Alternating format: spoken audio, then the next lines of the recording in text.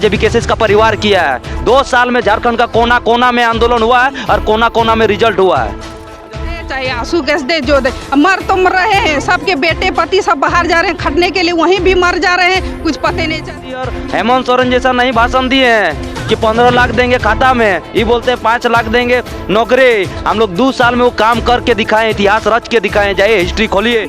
ये ऐसे सीमेंट बनाती है बड़े बड़े बिल्डरों के लिए, पूंजीपति के लिए। रहिए तो ले गए हेमंत सरकार 2 लाख रुपए अबू आवास दिए कि एगो पार्टी आई बारी बारी, अब है जेबी केसेस की बारी। आप देख रहे हैं इनका विश्वास है, इनका भीड़ में जेबी केसेस के एक सक्रिय सदस्य दिख रहा है जिनका नाम राज पटेल है, जो काफी चर्चित चेहरा बन चुके हैं।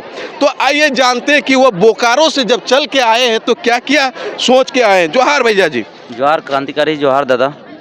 अच्छा, सबसे पहले मैं पूछना चाहूँगा, आपका घर तो बोकारो में हुआ और आप आज सिंदरी आए हैं और सिंदरी में ये 20 मजदूरों को बैठाया गया है और इन लोग को 9 सूत्री मांग है।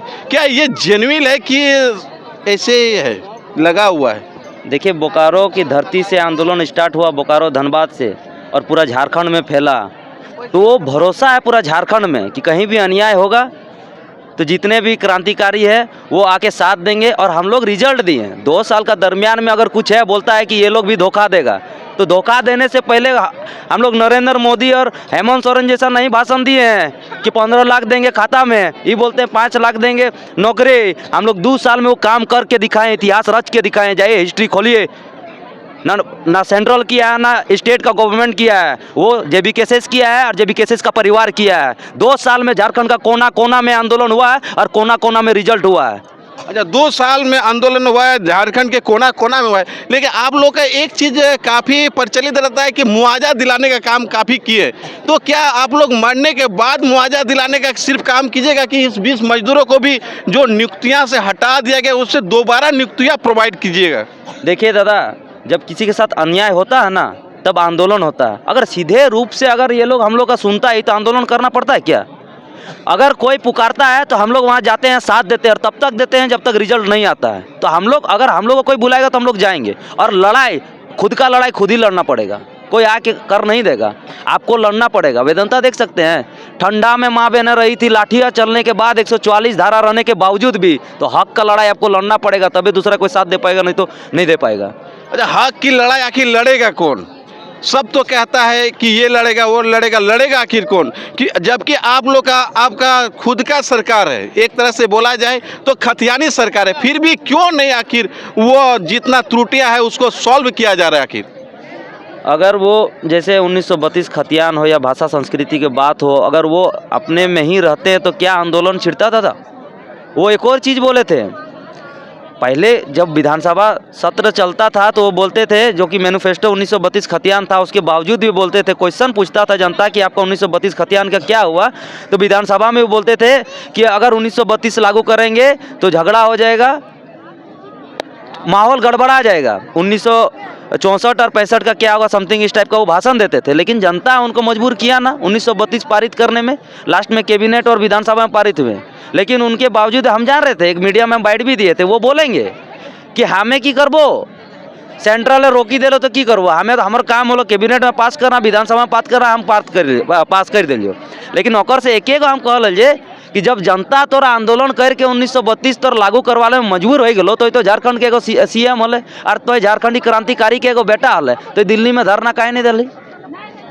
अगर क्रांतिकारी मन और सोच ना है, अगर वही दिल्ली में धरना देते ना तो एखनो हेमंत सोरेन हम CM रहते, आने वाला 24 साल तक रहते। तो कहीं ना कहीं आप लोग को सब ठगने का काम कर रहे हैं। और क्या आपको ये उम्मीद है कि अभी जो जेबी केसेस के सुप्रीमो के द्वारा ये किया जा रहा है, तो क्या लगता है कि इन्हें न्याय मिलेगी उनके बैनर तले? देखिए, गारंटी जीवन का नहीं तो हम लोग काहे गारंटी देंगे, लेकिन हाँ, अपना हक का लड़ाई के लिए अंत तक लड़िए, रिजल्ट कुछ ना कुछ होगा। आप लड़ने के लिए रेडी तो होइए कि फील्ड में जाने से पहले ही हथियार छोड़ के भाग जाइएगा। आपको लड़ना होगा, जीत और हार कल देखा कोई? सड़क में चलने से दुर्घटना होती है और दुर्घटना से मौत होती है, सड़क में चलना तो छोड़ नहीं देते हैं। क्या है माथाटो में? कुछ नहीं, 1 किलो को लोहा गिरेगा मर जाएगा। जीवन का जो भगवान जीवन दिया है उसका गारंटी नहीं, तो हम लोग किस चीज़ का गारंटी देंगे? हम लोग गारंटी नहीं देते, हम लोग काम पे भरोसा रखते हैं। आप आंदोलन करिए, आप काम करिए, रिजल्ट होगा नहीं होगा, अच्छा होगा बुरा होगा, आप काम तो करिए। तो कहीं ना कहीं कहने का अर्थ है कि अगर ये लोग अपना चट्टान की भांति डटे रहेंगे तो इन्हें जरूर मिलेगा। इसी बीच और एक चेहरा है जो कि जेबीकेएसएस का केंद्रीय सदस्य है और जिला परिषद भी है, तो उनसे भी जानने का प्रयास करेंगे कि आखिर क्या है मामला, क्योंकि ये अक्सर दिखे और हर एक समस्या में आके अपना बेबाक बात रखते हैं और हक दिलाने का भी काम करता है। जोहार। सबसे पहले मैं पूछना चाहूँगा कि आप इस एरिया के जिला परिषद नहीं है, फिर भी आप उभर के हमेशा सामने आते और दुख दर्द पे बात करते, और लेकिन यहाँ के जो वर्तमान है वे लोग नहीं करते, आखिर क्यों? ये सवाल आपने बहुत अच्छा पूछा। पिछली बार भी कुछ मीडिया कर्मी ने हमसे पूछा था कि आपका क्षेत्र संख्या नहीं है तो आप यहाँ क्या कर रहे हैं। मैं आपको बता दूँ, ये कंपनी का क्षेत्र संख्या जो आसपास के वो क्या इसमें जॉब कर रहे हैं? कंपनी के बाहर वाले क्षेत्र वाले यहाँ पे क्यों काम करने आए? पहले उन पे सवाल कीजिए। क्षेत्र में भाई ये मेरा कुटुंब घर है, मौसी घर है, छात्र मेरा, मैं बचपन से यहाँ पर आई जाई हूँ रही हूँ। क्या कमी है? पानी की इतनी समस्या है। मैं खुद वहाँ घूमती थी, जाती थी, खेतों में नाला में जो पाइप फटा रहा था तो वहाँ पे नहाने जाती थी। इतना भर भर के कीचड़ घुस जाता था। रोड यहाँ का व्यवस्था ठीक नहीं था। ये कंपनी इतना सामने रहने के बावजूद, तो आप क्षेत्र संख्या पे मत चाहिए कि कौन समर्थन करने आ रहा है उस पर जाइए। रही बात, मैं यहाँ जिला परिषद क्षेत्र संख्या के बदौलत यहाँ पे नहीं आई हूँ। मैं जेबीकेएसएस की महिला नेत्री सदस्य होने के बावजूद आई हूँ, एक रैयत के समर्थन के लिए आई हूँ, क्योंकि ये जो एफसीआई फैक्ट्री है ये मेरे दादाजी पुरखों को भी ज़मीन गई है, उसी का ये एसएससी फैक्ट्री भी है। मेरे पास सारे पेपर मौजूद हैं, आप कभी जाइएगा, मैं आपको पेपर पूरे दिखाऊंगी। हम लोग 3 पीढ़ी इधर से उधर भटके हैं, उनको मुआवजा नहीं मिला गया है, डर के मारे उनको भगा दिया गया था। हमारे दादाजी पुरखों लोगों के, हमारी दादी जो गुजर गई हैं वो हमेशा बताती थी, हम लोग 3-3 जगह यहाँ से वहाँ गए हैं। जो बच्चे अभी तक उनका जो खतियान अभी तक नहीं मिला है, अब सब कुछ इधर उधर हो गया। आप जान रहे हैं शीतलपुर में कुछ ज़मीन दिया गया था, एफसीआई के लोगों के जो रैयतों को जो उजाड़ा गया था वो कहाँ बैठे हैं कुछ पता नहीं। आज तक प्रबंधन ने, एफसीआई ने पता नहीं किया है कि जो रैयत लोग हैं कहाँ गए हैं, कहाँ मर रहे हैं, कोई कुछ नहीं। बस जिसको जो सेटिंग घेटिंग था, कुछ लोगों का पैसा, चंद पैसा मिला था, बाकी कहाँ गए हैं कुछ पता नहीं। हम लोग बोलते हैं जो भयादगार, हम लोग के जो लोग, कोई बोकारो में है, कोई बंगाल में है, कोई समलापुर में है, कोई छाताटाड़ में, सब माने इधर उधर बिखर गए हैं। हम लोग के जो पूर्वज हैं, हम लोग एक साथ होते हैं तो बहुत बृहद पैमाने पर हम लोग को भीड़ जम जाती है, लेकिन हमें खुद पता नहीं हमारे पूर्वज लोग कहाँ कहाँ चले गए। हम लोग को बस उजाड़ा गया है, नष्ट किया गया है। आप देख रहे हैं यहाँ भी जमीन और विकास के नाम पर किस तरह हाथापाई हो रही है, ठगी हो रही है, आप देख रहे हैं। आखिर ये मुआवजा किस लिए, मतलब हर चीज़ के लिए आंदोलन, आप देख रहे हैं हर चीज़ के लिए आंदोलन, छोटी छोटी चीज़ों के लिए विकास हो रहा है। इस फैक्ट्री में विकास हो रहा है, आप देख रहे हैं किसका विकास हो रहा है? यही तो मैं पूछना चाहता हूँ, विकास हो रहा है, विकास हो रहा है, आखिर किसका विकास हो रहा है? पूंजीपतियों का हो रहा है जी, बड़े बड़े लोगों का, बिल्डरों का। ये ऐसे सीमेंट बनाती है, बड़े बड़े बिल्डरों के लिए, पूंजीपति के लिए। रैयत तो ले गए हेमंत सरकार 2 लाख रुपए अबुआ आवास दिए कि एगो 2 रूम बनेगा, एगो किचन बनेगा, उसमें कितना सीमेंट खपत होगा? तो रैयत को भाड़ में जाए, वो मिट्टी के घर में रहे, अबुआ आवास में रहे, वो कितना सीमेंट खपत करेंगे? ये तो वो भी होगा कि एक कॉन्ट्रैक्टर ठेकेदार के भरोसे वो काम किया जाएगा, वो सेटिंग हो गई यहाँ से। रैयतों को उसमें कोई विकास नहीं। विकास तो हो रहा है लेकिन रैयतों का नहीं हो रहा है, बड़े बड़े लोगों का हो रहा है विकास। आप देख रहे हैं, आप जाके आसपास के गांव में देखिए, हमेशा विकास हो रहा है। आप देखिए, इसीलिए तो विकास हो रहा है, इसीलिए तो सब यहाँ धरने पे बैठे हैं कि हमारा विकास आखिर मिल के ही नहीं रहा है। आप पॉजिटिव व्यू में भी नेगेटिव को बताने का कार्य कर रहे हैं कि ये देखिए विकास हो रहा है, आखिर विकास होता तो ये लोग कैसे। और एक चीज़ आपने कहा कि आपका यहाँ जीवन शैली स्टार्ट हुआ था, आपके दादाजी, तो आपका घर कहाँ हुआ जी, जो कि आप कहें कि आप यहीं पे बड़े हुए? जी, मेरा सिंदरी विधानसभा मनोहर बस्ती में मेरा मायका हो गया, और वहाँ हम लोग भी टासरा में हम लोग का घर हुआ करता था। आप जानते हैं वो सिंदरी विधानसभा का क्षेत्र पड़ता है। वहाँ जो सिंदरी फैक्ट्री एफसीआई का हर जो ज़मीन गई है, पुरखों की ज़मीन हमारी बहुत सारी गई है, साबोई बाड़ी एवड़ी बहुत सारा डिटेल है। मैंने अभी तक उसका ठीक तरीके से खंगाला नहीं है, तो सारी ज़मीन हम लोग के वहीं की थी। तो मैं भी उसी परिवार की एक बेटी हूँ जो शादी होकर मैं बलियापुर आई हूँ, बस वही है मेरा। बहुत अच्छा बात बोले कि आप उसी का बेटी है और यहाँ आए हुए, तो आपसे ज़्यादा तो समस्या से कोई बता नहीं सकता है। लेकिन सपोज दैट आपने तो 40 डेज से यहाँ धरना स्थल चालू हुआ, हुड़का जाम हुआ, अगर सपोज दैट कि अभी तक वार्ता के लिए प्रबंधक नहीं आए तो अगला नेक्स्ट कदम क्या रहेगा?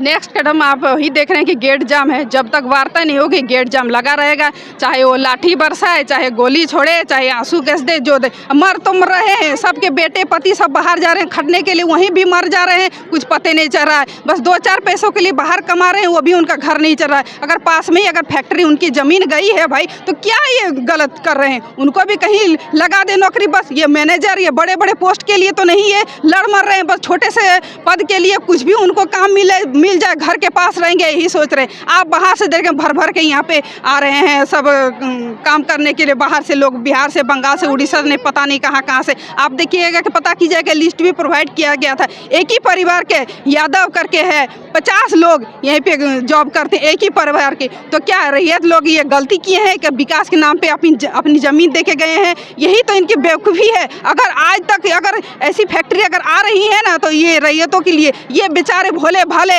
आदमी अपनी ज़मीन दे दे, हाँ हम लोग का नौकरी मिलेगी, विकास होगा। विकास के नाम पर हमेशा झारखंड में फैक्ट्री जो बसी गई है, बस उनको लूटा गया है। इसीलिए ये लोग मतलब अपना दुख लेके यहाँ पे सारे महिलाएं पुरुष एकजुट होकर बैठी हुई हैं। और एक विश्वास है, सब पार्टी आई, बारी बारी अब है JBKS की बारी। आप देख रहे हैं इनका विश्वास है, इनका आस्था, मतलब बोले कि भगवान के प्रति ये मानते हैं टाइगर जयराम को, तो आस्था के प्रति उमड़ की ये जन सैलाब यहाँ पे बैठा है। और जो होगा देखा जाएगा, आर या पार की लड़ाई आज होके ही रहेगी।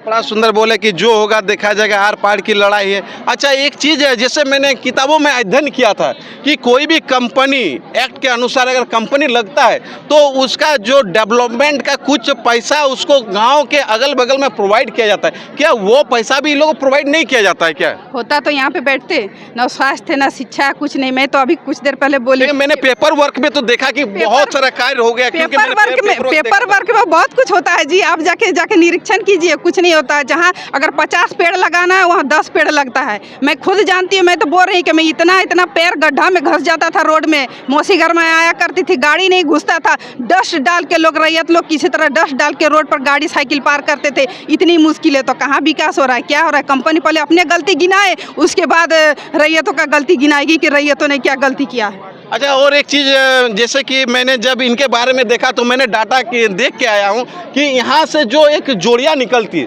उस जोड़िया का पानी एक बार विषदार हो गया था, जिसके कारण कई गाँव में पशु पक्षियाँ मर गई थी। तो क्या ये बात सच है? क्या आप जानते हैं? मैंने तो उनको पढ़ा था, क्या आप जानते होंगे क्या?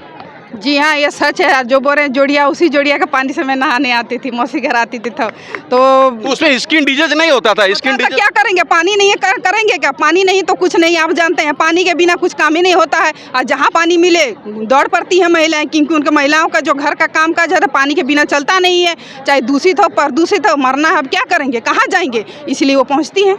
फिर उसको गहनता से देखा था, तो जहाँ भी कोई भी कंपनियां लगती तो उसको मूलभूत सुविधाएं जो होती हैं उसको प्रोवाइड किया जाता है, जैसे पानी हो गया है, एजुकेशन हो गया है, हेल्थ हो गया। क्या ये सब समस्याओं का निदान हो पाया? पहले तो मैं सुनता था कि यहाँ एक हॉस्पिटल चलता था, मैं देखा नहीं हूँ बट सुना हूँ और किताबों में पढ़ा हूँ। तो क्या वो बात सही है कि वो चलता था अच्छे सुनियोजित ढंग से और अचानक बंद कर दिया गया है? अचानक बंद क्या कारण हो सके? ग्रामीण वहाँ पे डॉक्टर नहीं मिलता होगा, नहीं पहुँचते थे, या सही से सुविधाएं नहीं मिलती होगी, इसीलिए हुआ होगा। अगर वही तो हम तब से बोल रहे हैं, विकास अगर होता, क्या जरूरत था इन लोगों को यहाँ पे बैठना, अपना काम धाम छोड़ के रोज इतना धरने में बैठना? कहीं ना कहीं ये उब चुके हैं, थक चुके हैं। जो अब कोई रास्ता नहीं है, अब गेट जाम करो, जो होगा सो होगा। तो देख सकते हैं ये लोग हार के, थक के, लास्ट उम्मीद अब ये हुड़का जाम, जिसको ये लोग अपना संज्ञा दिया हुआ, एक प्रकार का नाम दिया गया है कि हुड़का जाम। और अगर ये वार्ता विफल रही तो ये लोग कह रहे हैं, वीडियो के माध्यम से चीख के कह रहे हैं कि मैं मरना पसंद करता हूं लेकिन उठना पसंद नहीं करूंगा। तो जोहार, वंदे मातरम। बने रहे हमारी BED न्यूज़ चैनल में। इसी तरह का तरोताज़ा खबरों के साथ मैं आपको रूबरू कराता रहूँगा।